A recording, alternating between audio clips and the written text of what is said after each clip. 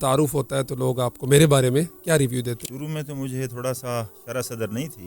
اپنا سفر شروع کیا, جا رہے تھے آرام سے پیدل؟ تو پیدل سڑک کے اوپر اچانک ایک بڑی گاڑی آ گئی, اس میں سے پولیس والے اترے, انہوں نے چاروں طرف سے ہمیں گھیر لیا. 32 سال ہو گئے آپ کو, 33 سال, 30 سال سے اوپر ہو گیا تبلیغ کے ساتھ. لوگ کہتے ہیں بستر اٹھا کے پھر رہے ہیں, چوریاں, ڈاکے, غلط کام ویسے ہی پاکستان میں چل رہے ہیں. تبلیغ والوں کا کیا فائدہ نظر آ رہا ہے؟ مولانا یوسف رحمۃ اللہ فرماتے تھے کہ بھی تبلیغ کا کام ابھی شروع نہیں ہوا, اگر کہو تو بتا دوں کب شروع ہوگا. دونوں باپ بیٹا 10 دن کے لیے وصول ہوئے. ان کو ہم لے کے اگلی بستی میں گئے تو 3 دن کے بعد اس نے کہا جی مجھے تھوڑی دیر کے لیے چھٹی دے, میں نے گھر جانا ہے. کبھی خیریت ہے, بس میں گیا اور آیا. 2-3 گھنٹے کے بعد بڑی خوشی خوشی آ رہا ہے. اسی لیے یہ بھی تو کہتے ہیں کہ قادیانی وہاں بہت محنت کر رہے ہیں, کہ وہاں لوگ چونکہ دین کا ان کو پتہ نہیں ہے. کوئی بھی قادیانی جاتا ہے جو اسلام وہ ان کو بتائے گا تو وہ ہمیں بھی پوچھتے تھے کہ آپ احمدین ہیں. 150 وہاں اسکول ہیں, اسپتال قادیانیوں بنے کا قادیانیوں کے. چیریٹی. صلی نبی صلی اللہ علیہ وسلم آوردی وال کے ولی مرے اندے دین انگلڑی وال کے پوری امت اڑی وال کے نبی صلی اللہ علیہ وسلم اڑپو مولا باہورا. وہ نے یہ کدھر سے, میں نے کدھر سے سیکھا. وہ زبان تو پشتو سے بھی مشکل تھی.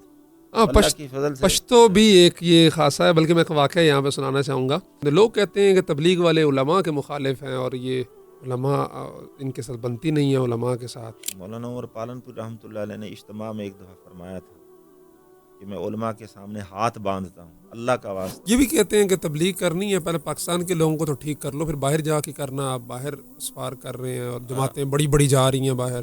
آج جا کر دیکھو یورپ اور امریکہ کے محلوں میں نوجوان داڑھیوں اور پگڑیوں میں نظر آتے ہیں, عورتیں برقعے اور پردے میں نظر آتی ہیں. ایک بستی میں ہم گئے تو انہوں نے 3-4 گھر تھے تو ایک ہی مسلمان تھا پوری اس بستی میں, تو اس کا نام تھا ابو بکر. اب وہ ایک عورت آ کے پانی وغیرہ بھر جاتی ہے. ہم نے کہا یہ کون ہے؟ کہتے یہ جب تک میں اسکول میں تھا میری جیب میں کبھی پیسے ختم نہیں ہوئے تھے, یعنی ہر وقت جیب میں پیسے رہتے تھے. جب نوکری میں چلا گیا تو 15-20 تاریخ کے بعد میری جیب کا پرس خالی ہوتا تھا. وہاں پہ اجتماع ہوتا ہے رائے منڈی کے اندر, 10-12-15 لاکھ لوگ جمع ہوتے ہیں. 15 لاکھ لوگ جی ٹی روڈ پہ آئیں اور آ کے پارلیمنٹ پہ قبضہ کر لیں, یہاں پہ پورے ملک کے اندر شریعت نافذ کر دیں, پھر زیادہ بہتر نہیں ہے؟ یہ قرآن لوگوں کی منتیں کرنے نہیں آیا. جب آپ مسلمانوں کو جا کے ملتے ہیں تو پھر جو جماعتیں جا کے غیر مسلموں کو کلمہ پڑھا رہی ہوتی ہیں وہ کس طرح ہو رہا ہوتا ہے؟ عصر کے بعد ہم عمومی گشت کر رہے تھے تو ایک عیسائی شراب کے اوپر دکان تھی. کس ملک میں؟ یہ گھانا میں. نیچے اترا. یونیورسٹی میں بھی تبلیغ جب نوکری میں آئے 17 گریڈ لوگوں کا آج بھی ڈریم ہے 2025 میں. آپ 2005 میں 20 سال پہلے 17 میں ڈائریکٹ بھرتی ہوئے ایس ڈی او, 2-3 سال بعد پھر نوکری چھوڑ دی. من ترک للہ شیئا عوضہ اللہ خیرا منہ. اللہ کے لیے جب کوئی چیز چھوڑو گے اللہ تمہیں اس سے بہتر عطا کرے گا. ہم نے کہا بھی رمضان ہے, اب اس کو روزہ نہ رکھوائیں, گرمی ہے, گھبرا نہ جائے. تو اسے کہا کہ بھی برادر اس میں you go and come tomorrow morning فجر پریئر. اس نے کہا no I am Muslim, I know very well, I will keep fast. پوری یونیورسٹی کا اوورآل ماحول کیا تھا؟ میرے والد صاحب رحمۃ اللہ علیہ مجھے ملنے آئے یونیورسٹی میں میرے کمرے میں نا, تو وہ والد صاحب کہنے لگے یہ یونیورسٹی ہے یا مدرسہ ہے, یعنی ایسا ماحول. تو کوئی ایسے لڑکے بھی تھے جن کے والدین وہاں آ گئے ہوں کہ جی ہم نے بچہ بھیجا تھا انجینئرنگ کے لیے تو تسی مولوی بڑھاتا ہے؟ ہاں, 3 بھائی تھے, عمر, عثمان, علی. وہ دبئی ابو ظہبی سے پڑھنے کے لیے آئے ہوئے تھے. اگر آپ جاب کر رہے ہوتے تو ریٹائرمنٹ کی کوئی نہ کوئی عمر ہوتی, حد ہوتی. تبلیغ سے کب ریٹائر ہو رہے ہیں آپ, یا جو دیگر تبلیغی حضرات ہوتے ہیں کوئی حد مقرر ہے ریٹائرمنٹ کی؟ وہ ہے وَاعْبُدْ رَبَّكَ حَتَّى يَأْتِيَكَ الْيَقِينُ.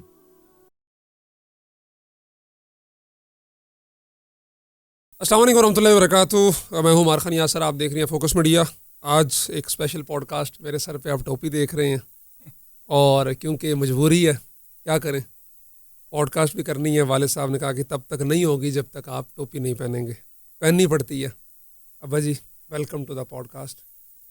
ہماری تیسری ریکارڈنگ ہے ابو کے ساتھ. اس سے پہلے ایک ریکارڈنگ آپ دیکھ چکے ہیں, لیکن وہ اتنی پرانی ہے کہ شاید آپ بھول گئے ہوں گے. 2020 میں جب کرونا تھا اور ابو اس وقت وہاڑی مرکز کا جو کرنٹینا سینٹر تھا اس کے انچارج تھے, تو اس وقت ہم نے ایک تبلیغی جماعت اور کوارنٹائن کا جو سارا سین چل رہا تھا اس پہ ریکارڈنگ کی تھی. پھر ہم نے پچھلے سال ایک ریکارڈنگ کی تھی جو کہ بدقسمتی سے ابھی تک وہ ہمارے پاس ہی پڑی ہے, کیونکہ اس میں جو آواز تھی وہ خراب ہو گئی تھی. اللہ کرے کہ آج سب کچھ ٹھیک رہے تو ہم اپلوڈ کر سکیں. کیسا لگ رہا ہے اپنے بیٹے کے ساتھ بطور مہمان ایک پوڈ کاسٹ میں شریک ہو کے؟ الحمدللہ رب العالمین.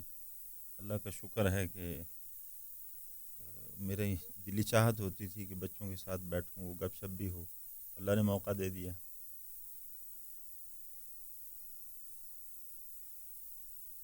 مزید آپ کیمرے پہ شائع ہیں، ویسے تو ماشاءاللہ ابا جی بہت تبلیغی جماعت سے تعلق ہے، تو تبلیغ والے تو جہاں بھی بیٹھتے ہیں کیمرے کے سامنے ذرا تھوڑا سا وہ ہو بس رہا ہے. یہ چونکہ ہمارا یہ ماحول ہے نہیں، اس لیے الحمدللہ دین کی ویسے تو بات کرتے سنتے رہتے ہیں، لیکن اس طرح کے پروگراموں میں کبھی ہم نے شرکت نہیں کی، اس لیے بہرحال الحمدللہ اچھا ہے یہ بیٹھنا اور گفتگو. اچھا ویسے ابھی آپ چلا لگا کے آ رہے ہیں باجوڑ میں، اس سے پہلے ادھر شکرگڑھ میں تشکیل ہوئی، تو مجھے بھی لوگ ملتے ہیں جب میں تصویر وغیرہ لگاتا ہوں تو لوگ کمنٹ کر رہے ہوتے ہیں اچھا یہ آپ کے والد صاحب ہیں، یہ ہمارے فلاں جگہ تشکیل میں آئے تھے، وہاڑی میں ہم گئے تھے، ملاقات ہوئی تھی. آپ کو کیا ریویوز دیتے ہیں لوگ جب تعارف ہوتا ہے تو لوگ آپ کو میرے بارے میں کیا ریویو دیتے ہیں؟ اصل میں شروع میں تو مجھے تھوڑا سا شرح صدر نہیں تھی، لیکن جب علماء کرام سے ملاقاتیں ہوئی ہیں اور مفتیان کرام سے، تو انہوں نے تسلی دی ہے، حوصلہ بڑھایا ہے کہ یہ اچھا کام کر رہے ہیں اور کرنا چاہیے، اور اس فیلڈ میں یہ آپ کے بیٹے کا اس میں آنا یہ اچھا ہے. اور یعنی ان کی تسلی سے کہ جب اس دور کے علماء کرام مفتیان کرام جو مستند علماء ہیں انہوں نے تصدیق کی اور تائید کی ہے، تو اس سے بڑی تسلی ہوئی، اطمینان ہوا دل کو. کیونکہ 2020 میں جب میں نے ایک شروع کیا تھا سفر یہ فراغت کے بعد، تو ابو نے شروع میں اجازت نہیں دی تھی اور میں نے بنایا تھا ایک کسی اور نام سے، تو تیسرے دن ہمارا وہ وائنڈ اپ ہو گیا تھا. ابو کو جب سے روزے سے واپس آئے ابو نے کہا یہ ختم کرو، یہ شیطانی کام ہے میڈیا کا. لیکن پھر میں بھی لگا رہا. پھر ابو نے ایک شرط پہ اجازت دی کہ آپ علماء کی کرام کی سرپرستی میں ان کی نگرانی میں کام کرو گے، اور میں علماء سے پوچھوں گا، جب پازیٹیو ریویوز آئیں گے تو پھر آپ کو میری طرف سے کھلی اجازت ہے. اور پھر 21 میں آپ کا سفر تھا میرے خیال جو باہر کا، 2021 ہاں 21 میں پھر جب ابو کا سفر ہوا پاکستان میں تشکیل ہوئی، پھر حتیٰ کہ وہ باہر سے مجھے میسیجز اور فون آئے اور وہاں پہ ابو کو لوگ ملے جو ہماری ویڈیوز دیکھتے تھے. تو پھر ابو نے کہا بھی علماء تعریف کر رہے ہیں تو کوئی پازیٹیو کام ہی ہوگا. اور خاص طور پہ مفتیان کرام جو ملے نا جو ان سے، کیونکہ شروع سے الحمدللہ مجھے علماء سے محبت ہے، اور میں کہتا ہوں مفتی نے فتویٰ دے دیا، مفتی جانے اللہ جانے، اب جو انہوں نے کہہ دیا بس وہ ٹھیک ہے. تو علماء کرام کی جو بات ہے وہ یعنی مستند ہے، تو جس زمانے کے اس دور کے علماء کسی کام کی تائید کر دیں تو بس ٹھیک ہے، وہ اس پر پھر میں مطمئن ہوا. اور آپ علماء کے حلقے میں ہی رہے، یہ سب سے بڑی مجھے خوشی ہوتی ہے. اگر اس حلقے سے باہر نکل جاتے تو پھر شاید وہ اس مقام پر نہ رہتے، کیونکہ میں بار بار یہی کہتا ہوں آپ کو کہ بھی اصل جو بنیاد ہے آپ کی وہ دین ہے، وہ علم ہے، وہ قرآن ہے، وہ آپ حافظ ہیں، عالم ہیں، یعنی اس کو اپنے بنیاد یہی ہے، اس سے نہیں ہٹنا.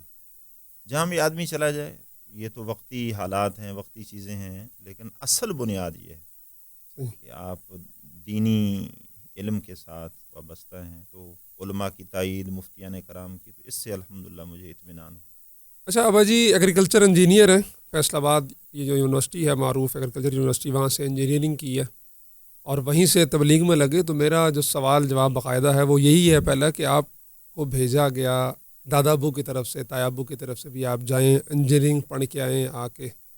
ایگریکلچر جو ایک پنجاب کا خاصہ ہے، 60% اس کا روزگار ایگریکلچر سے وابستہ ہے. آپ گئے یونیورسٹی، جا کے آپ کو تبلیغیوں نے ہائی جیک کر دیا. بس ایک بات سمجھ آئی کہ یونیورسٹی میں کس لیے آئے ہیں؟ پڑھنے کے لیے. اس یونیورس میں کس لیے آئے ہیں؟ اللہ کو راضی کرنے کے لیے. تو ایک ہے ضروریات زندگی، ایک ہے مقصد زندگی. یہ سارا جو کچھ بھی پروگرام، یہ تو ضروریات زندگی ہے. ڈاکٹر بننا، انجینئر بننا، کوئی اور کسی شعبے میں جانا، تو یہ ہے ضروریات زندگی. مقصد زندگی نہیں ہے. کیا اللہ پاک نے ہمیں اسی دنیا میں بھیجا ہے کہ ہم بس یہی کام کرتے رہیں؟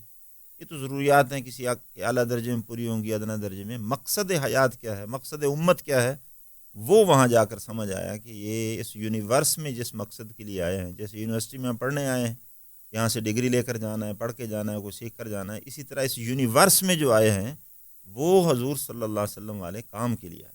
تو وہ واقعہ یاد ہے کوئی آپ کو کس طرح پہلی دفعہ تبلیغ والوں کے جس کا کہتے ہیں ہتھے چڑھے یا انہوں نے اللہ تعالیٰ نے سروزے کے لیے وصول کیا؟ کی اصل میں یونیورسٹی میں پہنچتے ہی سب سے پہلا بندہ جو ملا وہ تبلیغی ملا، جس سے میں نے پوچھا کہ جی وہ میرا ہاسٹل کہاں ہے؟ سر سید ہال.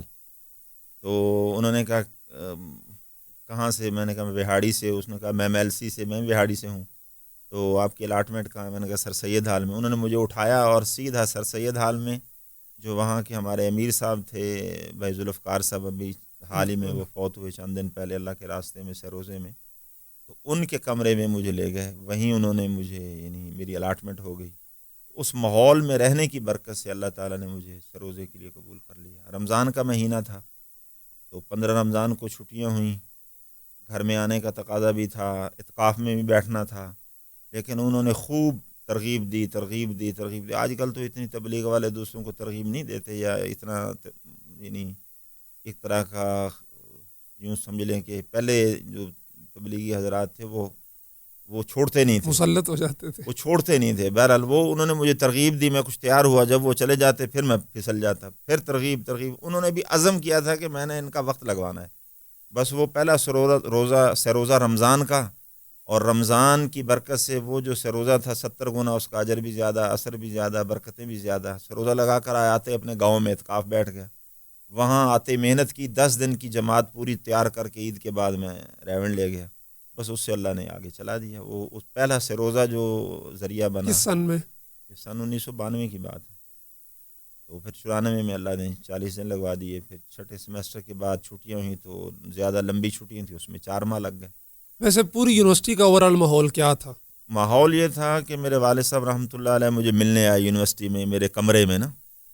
تو آ کر بیٹھے، صبح کے وقت ہی وہاں پہنچے، تو قدرتی اس وقت ہمارے کمرے میں تبلیغی ساتھیوں کا جوڑ تھا. اب وہ سارے آتے گئے، والد صاحب کو ملتے گئے، بیٹھتے گئے، آتے گئے، ملتے گئے، بیٹھتے گئے. تو وہ والد صاحب کہنے لگے یہ یونیورسٹی ہے یا مدرسہ ہے؟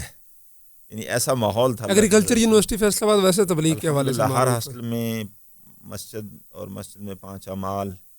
وہاں ماحول ایسا تھا اس وقت ہمارے دور میں کہ کوئی بندہ تبلیغ سے بچ نہیں سکتا تھا.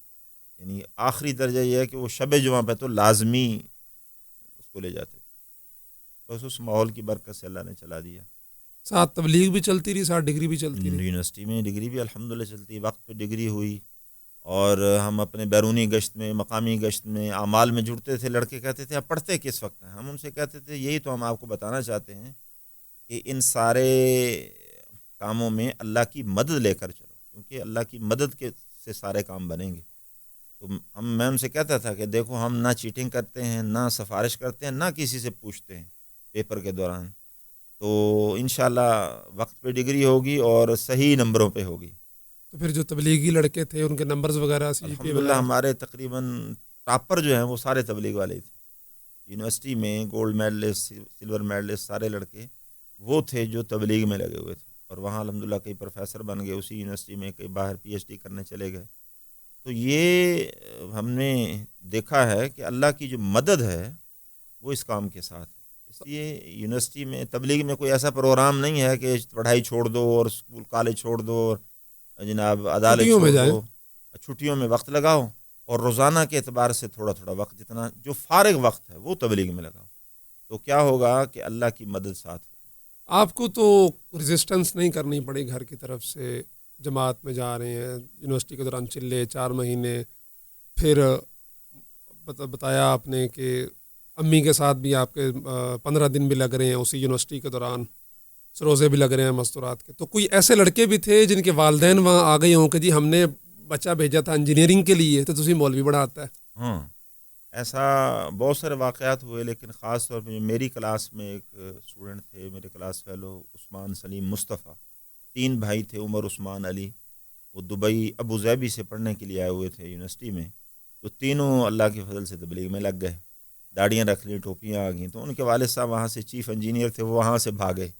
انہوں نے آ کر ان کو کہا کہ بھی میں نے تمہیں پڑھنے کے لیے بھیجا، تم مولوی بن گئے ہو. انہوں نے کہا کہ ہم پڑھائی بھی کر رہے ہیں. پھر پروفیسروں سے بھی ہم نے ان کی ملاقات کروائی، ساری بات چیت ہوئی، کافی ان کے اوپر حالات آئے، ان کی پٹائیاں بھی کی. اچھا، ان کے والدین کی طرف سے؟ والدین، اس کے والد صاحب نے، ان کے والد صاحب نے ان کی پٹائیاں بھی تبلیغ کی وجہ سے؟ ہاں، ان کو یونیورسٹی سے لے گئے اور گھر میں ان کی پٹائی کی، ان کے خرچے بند کر دیے. لیکن وہ ماشاءاللہ ڈٹے رہے، جمے رہے. تو اللہ کے فضل سے پھر وہ وقت پہ ڈگری بھی ان کی ہو گئی. پھر آخری وقت میں ان کے والد صاحب بھی متفق ہو گئے اس کام سے. تینوں بھائیوں نے ڈگری بھی کی اور اچھی یعنی پوسٹوں پہ بھی چلے گئے. اور تبلیغ میں بھی لگے رہے، بیرون کے سفر بھی ہوئے، حج بھی ہوئے، سارا کچھ کیا انہوں نے، جمے رہے، بس اللہ نے ان کو استقامت دی، وہ مرکز والوں نے ان کو سنبھال لیا، ان کی حوصلہ افزائی کی، دلجوئی کی ان کو۔ یونیورسٹی دور کے جو تبلیغ کے ساتھی تھے آپ کے، جیسے ابھی جن کا بھی آپ نے نام لیا، عمر عثمان علی یا کوئی اور، وہ تشکیلوں میں کہیں ملاقات ہوتی رہتی ہے، یہ اکثر ہماری او بی جی ہوتی ہے، اولڈ بوائز گیدرنگ، یہاں اجتماع کے موقع پر بھی، اور پرانوں کا جوڑ ہوتا ہے ریونڈ میں سالانہ، تو اس میں ہماری او بی جی ہوتی ہے، اس میں الحمدللہ وہ سارے پرانے بھی اور ہمارے کلاس فیلو بھی، سینئر جونیئر اور نئے سب اکٹھے ہوتے ہیں، اس میں ملاقات ہو جاتی ہے، ان سے حال احوال بھی ہو جاتا ہے، ویسے بھی کہیں آتے جاتے ریونڈ میں ان ملاقات میں ہوتی تو ہے۔ کوئی 20ویں گریڈ کا افسر ہوگا، کوئی بہت 21ویں کا سارے ہوگا، کوئی سیکٹری ہوگا۔ ہاں، ابھی یہ میرے کلاس والے جو عثمان صاحب ہیں، یہ یہاں لاہور میں میرے خیال میں اچھی پوسٹ پہ ہیں، یہ سوئی گیس کے محکمے میں 18 میں ہوں گے تقریباً، اب تو ملتے ہیں سارے ماشاءاللہ۔ تو اگر آپ جاب نہ چھوڑتے تو آپ کون سے گریڈ میں ہوتے ہیں؟ میں زیادہ تھا 20ویں گریڈ میں ہوتا، اور کس گریڈ میں ہوتا؟ تو یہ بھی کہانی ہے، انجینئرنگ کر لیا آپ نے 97 میں، 97 97 میں انجینئرنگ ہوئی، میرے خیال 2001-2 میں آپ 17 میں ہو گئے گسٹرڈ آفیسر، 2005 میں 5 میں، ہم مشرف دور میں چھوٹے سے تھے، ہمیں تو سن یاد نہیں ہے، گسٹرڈ آفیسر ہو گئے 17، ایس ڈی او ہیں، گاڑی آ رہی ہے گھر، مجھے یاد ہے پٹوار جیپ آتی تھی لینے کے لیے، جا رہے ہیں آپ کے دفتر میں، میں پہلی دفعہ شاید میں نے کمپیوٹر آپ کے دفتر میں دیکھا تھا، آپ کے جو لڑکا تھا کیا نام تھا، کمپیوٹر آپریٹر، اس کے بعد گیم میں بھی پہلی دفعہ وہیں پہ کھیلی۔ تو کیسا کیا ہوا کہ پھر یونیورسٹی میں بھی تبلیغ، جب نوکری میں آئے 17 گریڈ لوگوں کا آج بھی ڈریم ہے 2025 میں، آپ 2005 میں 20 سال پہلے 17 میں ڈائریکٹ بھرتی ہوئے ہیں ایس ڈی او، 2-3 سال بعد پھر نوکری چھوڑ دی۔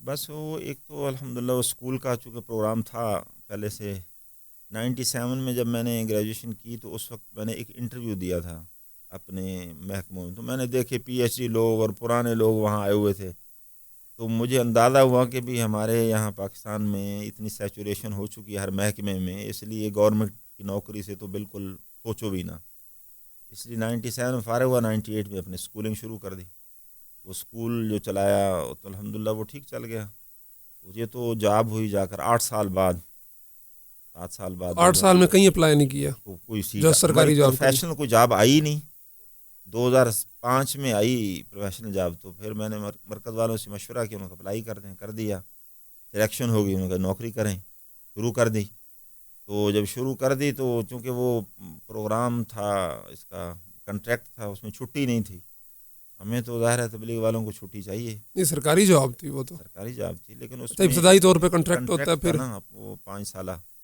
تو اس میں انہوں نے وہ جب بیرون کا سفر آیا، چھٹی انہوں نے اس میں تھی نہیں، اس لیے میں نے پھر ان کو اللہ کے سپرد کر دیا، اسکول تھا میرا آلریڈی پہلے سے، وہی پھر الحمدللہ اسکول میں آپ کے ساتھ جو وہاڑی سے سلیکٹ ہوئے تھے وہ کر رہے ہیں جابز اپنی؟ کوئی کر رہے ہیں، کوئی چھوڑ گئے ہیں، وہ اللہ نے آسانیاں کر دی، حدیث میں آتا ہے من ترک للہ شیئا عوضہ اللہ خیرا منہ، اللہ کے لیے جب کوئی چیز چھوڑو گے اللہ تمہیں اس سے بہتر عطا کرے گا، تو اللہ کے لیے کی تھی، اللہ کے لیے چھوڑ دی، اللہ کے لیے چھوڑی، اس کے بعد اللہ نے اس سے زیادہ اچھا نظام چلا دی۔ 15-17 سال ہو گئے آپ کو جب جاب چھوڑے ہوئے، کبھی ایسے خیال آیا کہ نہ چھوڑتے تو آج 20ویں میں نہیں ہوتے، کبھی یہ بھی چیز ہوتی، نہ وہ کبھی ہوتا؟ خیال نہیں، کیونکہ جب سے میں نے چھوڑی ہے اس کے بعد اللہ نے آسانیاں پیدا کی ہیں، سب کی آپ کی شادیاں بعد میں ہوئیں، عمرے بعد میں ہوئے، بیرون کے سفر بعد میں ہوئے، سارا کچھ اللہ نے بعد میں نہیں کرایا۔ ادھر تو بہت تنخواہ تھی۔ وہ تنخواہ تھی، بس تنخواہ تھی، تنخواہ میں وہ برکت نہیں ہوتی جو اپنے کام میں برکت ہوتی ہے۔ اسکول والے، جب تک میں اسکول میں تھا میری جیب میں کبھی پیسے ختم نہیں ہوئے تھے، یعنی ہر وقت جیب میں پیسے رہتے تھے، جب نوکری میں چلا گیا تو 15-20 تاریخ کے بعد میری جیب کا پرس خالی ہوتا تھا، مجھے دکھایا اللہ نے اپنے کام میں برکت ہے۔ جب یہ جاب آپ کی، گورنمنٹ والے جو چونکہ جتنے بھی ہیں وہ 15 تاریخ کے بعد وہ مقروض ہونا شروع ہو جاتے ہیں بیچارے، وہ اگلے تنخواہ کے اوپر۔ اب تک ٹوٹل اسفار کتنے ہو گئے آپ کے بیرون کے؟ سفر اللہ کے فضل سے یہ 2001 میں، پھر 2006 میں، 2007 میں ہوا تھا، جو جاب کے دوران سفر ہوا، 7 کے بعد پھر اللہ نے چونکہ آزاد کر دیا نوکری سے، پھر اللہ نے 10 کا سفر کرایا، 10 میں 7 ماہ لگے، پھر 15 میں 3 ماہ سری لنکا کا سفر ہوا، پھر 2021 میں سیرا لیون کا 7 ماہ کا سفر ہوا، 2010 میں کینیا اور لائبیریا کا تھا، 15 میں سری لنکا کا تھا، اور 21 میں پھر سیرا لیون کا تھا، 23 میں پھر اللہ نے کروایا یہ 3-4 ملکوں میں جو اجتماعات تھے، سیرا لیون، گینی بساؤ، گیمبیا، سینیگال، ان ملکوں میں اللہ نے قدم لگوائے۔ 2024 میں پھر اللہ نے 4.5 ماہ سعودی اور یمن کا سفر کرا دیا۔ اس دوران اور بھی اللہ نے یعنی عمرے کے عنوان پہ کئی سفر کروا دیے۔ ماشاء اللہ، یہ اللہ نے کروائے ہیں، یہ اللہ نے اپنی قدرت دکھائی ہے۔ 32 سال ہو گئے آپ کو، 33 سال، 30 سال سے اوپر ہو گیا تبلیغ کے ساتھ۔ لوگ کہتے ہیں بستر اٹھا کے پھر رہے ہیں، چوریاں، ڈاکے، غلط کام ویسے ہی پاکستان میں چل رہے ہیں، تبلیغ والوں کا کیا فائدہ نظر آ رہا ہے؟ ہاں بس یہ تو رہے گا قیامت تک، خیر اور شر دونوں چلیں گے نا، یہ تو رہے گا۔ جو ہمارے ذمے ہے وہ ہم کریں۔ ابراہیم علیہ السلام کو جب آگ میں ڈالا گیا تو ایک پرندہ اس میں پانی کا قطرہ ڈال رہا ہے، تو کسی نے کہا تیرے اس قطرے سے آگ بجھ جائے گی؟ اس نے کہا بھی بجھے گی نہیں، لیکن اللہ نے مجھ سے پوچھ لیا، میرا خلیل آگ میں جل رہا تھا، تو نے کیا کیا؟ تو میں کہوں یا اللہ جو میرے بس میں تھا وہ تو میں نے کیا نا۔ اللہ نے مجھ سے یہ پوچھنا کہ تو نے کیا کیا، باقی تو اللہ کے ہاتھ میں ہے۔ نظام بدلنا، ہدایت دینا، یہ تو اللہ نے نبیوں کے ذمے بھی نہیں لگایا نا، نبیوں کے کو یہ کہا کہ بھی آپ یہ لوگوں کو ہدایت دیں اور آپ کے ذمے، یہ کہا محنت کریں بس۔ تو محنت اللہ کے فضل سے ہو رہی ہے، اور اگر یہ بھی نہ ہوتی تو پتہ نہیں پھر کیا ہوتا۔ اس محنت کی برکت ہے کہ اب اسلام کا پوری دنیا میں ایک تعارف ہے۔ ہم نے ملکوں میں جا کر دیکھا، نظر آتا ہے یہ تبلیغ والے ہیں، یہ غیر تبلیغ، نظر آتے ہیں ان کی وردی، ان کا لباس، ان کا بود و باش، وہ سارا فرق نظر آتا ہے پوری دنیا میں۔ یہ بھی کہتے ہیں کہ تبلیغ کرنی ہے پہلے پاکستان کے لوگوں کو تو ٹھیک کر لو، پھر باہر جا کے کرنا۔ آپ باہر اسفار کر رہے ہیں اور جماعتیں بڑی بڑی جا رہی ہیں باہر۔ اصل میں یہ بات نہیں کہ صرف پاکستان، مولانا یوسف رحمۃ اللہ فرماتے تھے ایک ملک کا مسئلہ نہیں ہے کہ پاکستان اور ہندوستان، یہ عالمی محنت ہے، پوری دنیا کو سامنے رکھ کر محنت کرنی ہے۔ آپ صلی اللہ علیہ وسلم نے مکے میں آواز لگائی لیکن نیت پورے عالم کی۔ تو یہ نہیں کہ پہلے مکے والے ٹھیک ہو جائیں پھر ہم مدینے میں جائیں گے، پھر دنیا میں جائیں گے۔ مکے والے تو بات ہی نہیں مان رہے تھے اور قتل کرنے کے لیے آ گئے، اور آپ صلی اللہ علیہ وسلم جو ہے نا پوری دنیا میں صحابہ کو بھیج رہے ہیں۔ یہ تو عالمی محنت ہے، یہ تھوڑا یہ پہلے یہ ٹھیک ہو جائیں گے۔ اور دوسرا یہ ہے کہ اس میں تو ہر آدمی اپنی اصلاح کے لیے بستر اٹھا کے جا رہا ہے۔ یہ جو اللہ کے راستے میں نکلنا ہے، سب سے پہلے مقصد ہے اپنی اصلاح، کہ ہم ٹھیک ہو جائیں۔ امریکہ میں، یورپ میں، ان انگریزوں کے ممالک میں بھی جماعتیں جاتی ہیں، تو وہاں کوئی چینج آیا ہے ان کی بہت بنسبت؟ تبدیلی ہے وہاں تو۔ آج جا کر دیکھو یورپ اور امریکہ کے محلوں میں نوجوان داڑھیوں اور پگڑیوں میں نظر آتے ہیں، عورتیں برقعے اور پردے میں نظر آتی ہیں۔ یہ تو نظر آ رہا ہے اللہ کے فضل سے۔ کفر کے ماحول میں بھی اللہ نے ایک سنت زندگی، اور بہت سارے لوگ جو ابھی آسٹریلیا سے جماعت ہو کر آئی، ہمارے محلے کے ساتھی اس میں گئے ہیں، راؤت جمل صاحب، تو وہ انہوں نے عجیب کارگزاریاں سنائی وہاں کی۔ وہاں تو کام بلکہ ہم سے زیادہ اچھا ہے، وہ صحیح کام کر رہے ہیں، پورے ہر بندہ اپنی ذمہ داری سے کام کر رہا ہے۔ ہم بھی اس ذمہ داری سے کام نہیں کر رہے جتنا وہ ذمہ داری سے کر رہے ہیں، فکر سے کر رہے ہیں، اور اس سے بڑی تبدیلی ہے۔ جو اس ماحول میں آ گئے ہیں وہ بچے ہوئے ہیں، باقی تو بہہ گئے بیچارے۔ تو ماحول اب تبلیغ، وہاں پہ اجتماع ہوتا ہے رائے منڈی کے اندر، 10 12 15 لاکھ لوگ جمع ہوتے ہیں۔ 15 لاکھ لوگ جی ٹی روڈ پہ آئیں اور آ کے پارلیمنٹ پہ قبضہ کر لیں، یہاں پہ پورے ملک کے اندر شریعت نافذ کر دیں، پھر زیادہ بہتر نہیں ہے؟ ہاں اصل میں حکمران جب نیک ہو اور عادل ہو اور نیچے رایا کو بھی چلانے والا ہو، بجائے یہ کہ فردن محنت ہو، ایک نظام آ جائے، اس کے بعد پھر اصل میں مولانا الیاس رحمۃ اللہ فرماتے تھے جب تم حضور صلی اللہ علیہ وسلم اور صحابہ کی زندگی کو دیکھو گے تو پھر تبلیغ سمجھ آئے گی، آج کے حساب سے دیکھو گے پھر تبلیغ سمجھ نہیں آئے گی۔ آپ صلی اللہ علیہ وسلم نے کہاں سے محنت شروع کی؟ وہ تو پیشکش کی گئی کہ آپ مکے میں جناب حکومت لے لیں، سرداری لے لیں، اور دولت لے لیں، حکومت سب کچھ لے لیں، یہ کام چھوڑ دیں۔ تو آپ صلی اللہ علیہ وسلم اگر اس سے پوری دنیا میں دین کا غلبہ ہوتا اور دین پھیلتا تو پھر آپ صلی اللہ علیہ وسلم سے بڑھ کر حکیم کون تھا؟ آپ علیہ السلام اس وقت فرما دیتے کہ ٹھیک ہے میں دعوت چھوڑ دیتا ہوں اور حکومت لے لیتا ہوں، اور میں اس سے جو ہے نا وہ دین کو پھیلاؤں گا۔ اللہ کے وہ نبی دور بھی تو اور تھا۔ اللہ کے نبی صلی اللہ علیہ وسلم صاف فرمایا کہ میرے دائیں ہاتھ پہ سورج بائیں پہ چاند رکھ دو پھر بھی میں اس کام کو نہیں چھوڑوں۔ تو دعوت میں لگے رہے، دین زندگیوں میں آیا تو اللہ نے خلافت بھی دے دی، سرداری بھی دے دی، سب کچھ دے دی۔ یعنی پہلے لوگ بدلیں گے تو پھر اللہ تو تبارک۔ اللہ کا نظام ہے نا، قرآن جو ہے یہ تو ایک فیصلہ کن کتاب ہے، انہ لقول فصل. یہ قرآن لوگوں کی منتیں کرنے نہیں آیا کہ مولانا فرماتے تھے یہ تو فیصلہ کن کتاب ہے, قرآن کا فیصلہ ہے, تم یہ کرو گے یہ ہو جائے گا بس. وعد اللہ الذین آمنوا منکم وعملوا الصالحات لیستخلفنہم فی الارض. تم ایمان اعمال والی زندگی اختیار کرو تو اللہ وعدہ کرتا ہے تمہیں روئے زمین کی خلافت ملے گی. ہم کہتے نہیں اللہ میاں ہمیں پہلے خلافت دے پھر ہم ایمان عمل لائیں گے, تو کیسے ہو سکتا ہے؟ تو یہ محنت ہے ایمان کی, اعمال کی. یعنی بنیاد بنے گی, عمارت کھڑی ہوگی, چھت تو پھر ڈلے گی. ہم کہتے ہیں کہ وہ خلافت ہمیں مل جائے اور حکومت مل جائے اور اسلام غالب ہو جائے اور پوری دنیا میں اسلام زندہ باد ہو جائے, لیکن قربانی نہ کرنی پڑے. وہی مدینے کی وہ سارا نظام مدینے والا وہ کیسے آئے گا؟ دیکھو تو صحیح پیچھے صحابہ کی قربانیاں کتنی ہیں, دعوت میں کتنے کھپے ہیں, کتنی ماریں کھائی ہیں, کتنا مجاہدہ کیا ہے, کتنی یعنی جانی مالی جذباتی قربانیاں دینے کے بعد پھر اللہ نے ان کو دنیا میں غالب کیا. اب تبلیغ بھی تو 20ویں صدی کے شروع سے شروع ہوئی, مارے بھی کھائیں, انڈے بھی کھائے, ڈنڈے بھی کھائے, سارا کچھ کیا, تو اب کوئی ثمرات تو نکلنے حضور چاہیے. صلی اللہ علیہ وسلم کا زمانہ دیکھو نا, اس زمانے میں کتنے سال لگ گئے, تو ہمارے زمانے میں اس حساب سے کتنے سال لگنے چاہیے. اور دوسرا یہ ہے کہ نتیجہ ہمارے اختیار میں نہیں ہے, ہمارے ذمے تو محنت ہے بس. کام کہتے ہیں یہ نہیں کہ نتیجہ کیا نکلا, محنت ہو رہی نہیں ہو رہی بس.